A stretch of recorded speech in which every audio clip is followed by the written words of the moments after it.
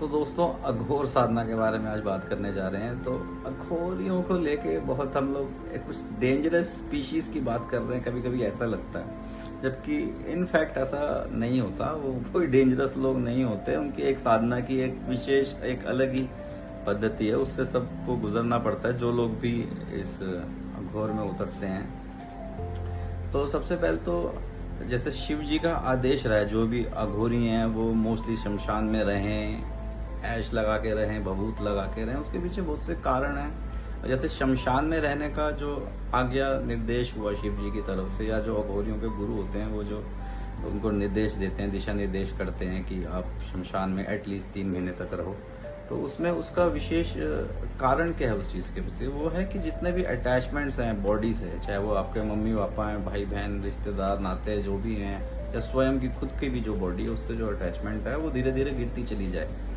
जैसे कि एटलीस्ट 3 महीने इसलिए कहा जाता है क्योंकि 3 महीने होते होते एक अघोरी को, एक साधक को जो घोर साधना में है, उसको यह बात का पता लगने लगता है कि ये जो सामने चीता जल रही है, तो शुरू में तो देखो एक तो ये पता लगता है अघोरी को, किसी को, कि जैसे कि एक दिन मैं भी ये राख में तब्दील हो जाऊंगा, लाशें आ रही हैं जा रही हैं, शव आ रहे हैं जा रहे हैं, सुबह से शाम तक यही देखना है।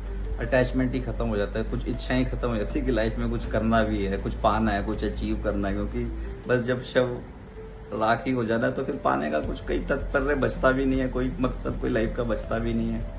ऊपर से जो 3 महीने कम से कम इसलिए कहा गया है कि अघोरियों के जो गुरु होते हैं वह उनको इस तप के लिए इसलिए एक दिशा निर्देश करते हैं कि जब तक तुम्हें, जो भी अघोरी है, जो साधक है, उसको जब तक यह दिखाई ना पड़ जाए कि वो जो चिता जल रही है वो किसी अन्य की नहीं, वो मैं ही जल रहा हूँ एक्चुअली में, जब तक 3-4 महीने तक ये ही ना दिखाई देने लग जाए कि कोई और नहीं, वो मैं ही जल रहा हूँ। क्योंकि कुछ दिनों तो कोई भी साधक होगा उसको ये लगेगा कि ठीक है, अरे हाँ ठीक है, कोई अन्य जल रहा है, हाँ मोह जैसी चीज है, हाँ इससे छुटकारा होना चाहिए। मगर 3-4 महीने होते होते जो उसको कोई भी कोई अग्नि दे रहा है चिता को, उसको लगता है मुझे ही, मेरी ही चिता को अग्नि दी जा रही, बस फिर वो मत फिर हो जाता है। फिर उसकी जो जजमेंट्स होती हैं वो गिरने लग जाती हैं। सबसे पहले तो बॉडी से मोह टूट जाता है, अन्य की और अपनी स्वयं की। और अघोरियों की साधना में है कि ये एक वैराग जो है, जीवन के प्रति एक वैराग का भाव उत्पन्न हो, ये मेन एक उनका एक लक्ष्य होता है। और आपने शायद ये भी सुना होगा कि अघोरी जो हैं वो मांस का सेवन करते हैं, ये जो ह्यूमन बॉडीज हैं उनका मांस का सेवन भी करते हैं कई लोग। उसके पीछे यह कारण होता है मेरे देखे कि जो जितना न्यूनतम आप स्तर पे गिर जाओगे एक नेगेटिविटी की, कि हम ज्यादा से ज्यादा क्या कर रहे हैं, एक आम आदमी चिकन खा रहा है, मच्छी खा रहा है, ठीक है, और जो आदमी अपनी ही प्रजाति को भी खाने के लिए स्वीकार हो जाए, उसके लिए वो भी एक नेगेटिविटी भी वो ऑब्जर्व करने लगे, उसके लिए वो भी एक नेगेटिव रूप ना रह जाए कि चलो अपनी प्रजाति का भी मांस खा लिया, बात ही खत्म हो गई। इससे ज्यादा घिन किस चीज से आएगी, खुद सोचिए आप।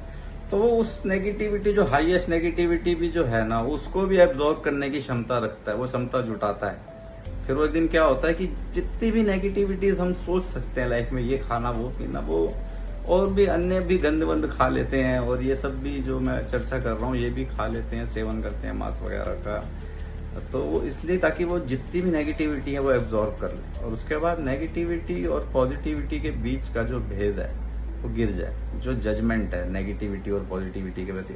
हम आम इंसान के लाइफ में क्या होता है कि जैसे हम एक्चुअली पॉजिटिविटी पे बैठ के दुनिया को देख रहे हैं, तो सारा कुछ नेगेटिव ही दिखाई दे रहा है। अघोरी एक जो होता है वो नेगेटिविटी पे ही बैठ जाता है, वो तल ही खत्म नेगेटिव, वो सब फिर कह सकते हैं एक तरीके से कि पॉजिटिव हो जाता है सब कुछ। जबकि अघोरियों की साधना ये कहती है कि तुम जजमेंट गिरा दो, तुम पॉजिटिविटी भी और नेगेटिविटी भी दोनों के बीच में थिर हो जाओ, जजमेंट खत्म हो जाए। क्योंकि पॉजिटिविटी जो है वो भी एक तरह की एक्साइटमेंट है, उत्तेजना है।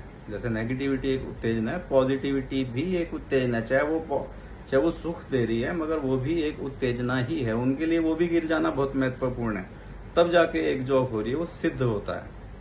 तो मेरे देखे सब जो भी है कोई डेंजरस नहीं है, कोई भी, सबकी अपने एक साधना पद्धति है। बेशक हमारे आम आदमी के देखे बहुत गलत दिखाई देती है कि अरे यार इससे क्या ही हो जाता होगा, या क्या जरूरत पड़ी है, नहीं जरूरत होती है, ऐसी साधना पद्धति ऐसी तैयार करी गई है।